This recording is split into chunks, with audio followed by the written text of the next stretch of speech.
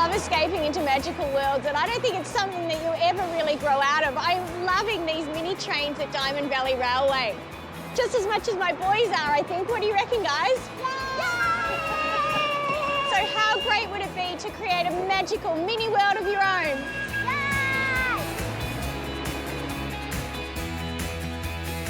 Now, the good news is that you don't need a train or a big backyard to create a miniature world. You can bring it to life in this. So you can use just about any glass container that you can find to create a terrarium or a miniature garden.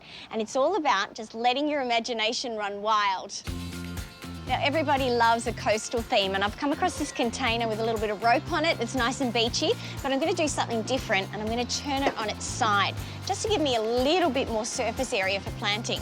So first of all, in goes a good layer of pebbles, because remember, this container doesn't drain, so we put it in for drainage, particularly because we're growing cacti and succulents, which hate to have wet feet.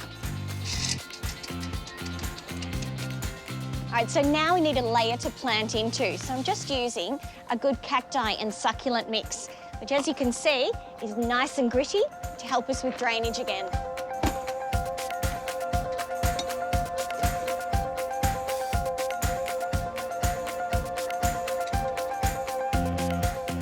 Okay. All right, so now comes the creative part. So this is a chance for you to let that inner child come out. I had a lot of fun choosing these succulents. So this is an aloe called piranha, and you can see it looks a little bit like a starfish. Then I chose a couple of different types of ripsalis, which I think looks so much like seaweed. Take a look at that. And then if you're lucky enough to have some succulents at home in your own garden, you can always take a few cuttings.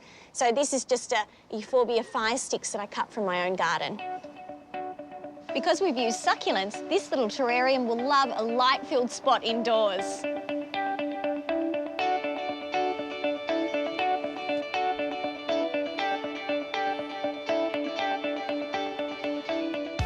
And of course, what would a coastal theme be without a good layer of decorative sand?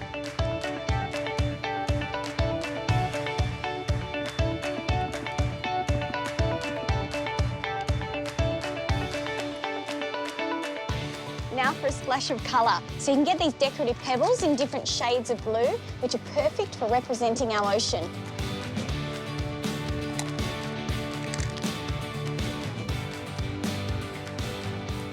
Just for a few finishing touches to really complete our beach scene.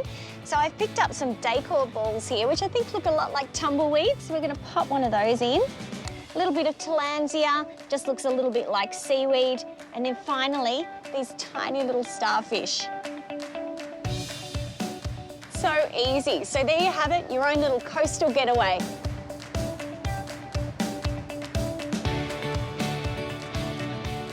I want to go a little bit more lush with my next terrarium theme. So this one is going to be a miniature rainforest. And I've picked up this cute little glass house. Isn't this great? It looks rather Victorian, a bit like a Victorian conservatory.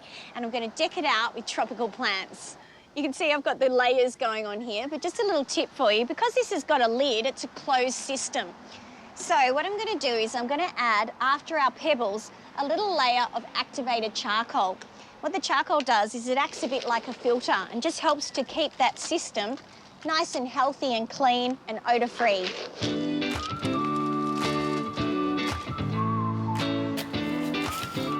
I'm using an indoor potting mix that just holds on to a little bit of moisture. And then as far as the planting goes, I want some big splashes of colour. So I've got some great foliage plants here, some garden crotons, some hypoestes, or you might know it as red splash, and a bit of syngonium.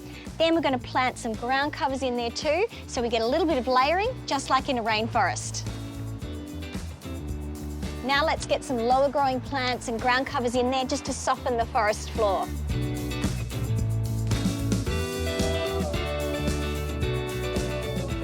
And I think a look like this calls for a natural pebble topping.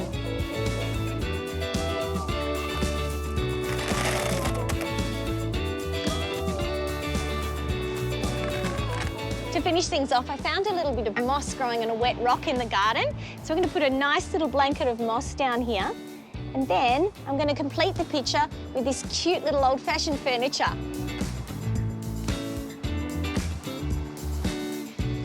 Now, most tropical plants like a little bit of humidity, so they'll enjoy it if you give them a spritz of water from time to time. Now this is the perfect showpiece for indoors. So this next terrarium is a whole lot of fun. They're going to create a farmyard scene, and I've got this nice big bowl, so there's plenty of room to play with. Let's get those creative juices flowing. So if you get online or visit a craft shop, you can find some great fairy garden or terrarium ornaments. So I'm going to make this rustic little farmhouse the centrepiece of the design.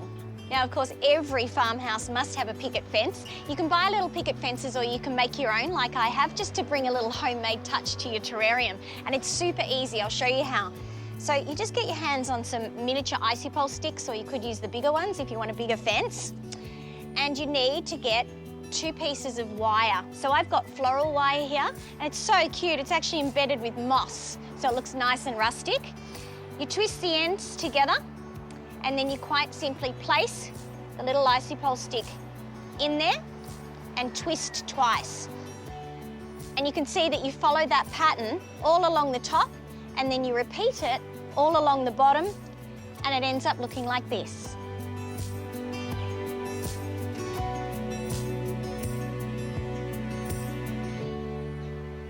Now, I wanted to get a couple of little trees to frame our farmhouse. So if you want a nice shape, one of the best places you can go to is to look in the section for bonsai starters. That way you get this lovely little framework.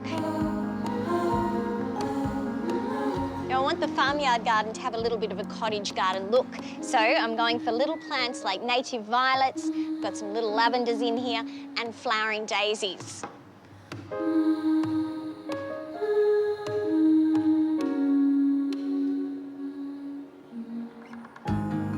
Now that all our planting's done, we can focus on some of those quirky elements. So take a look at this. They're little carrots and cabbages, so I'm going to use them to create a miniature veggie patch.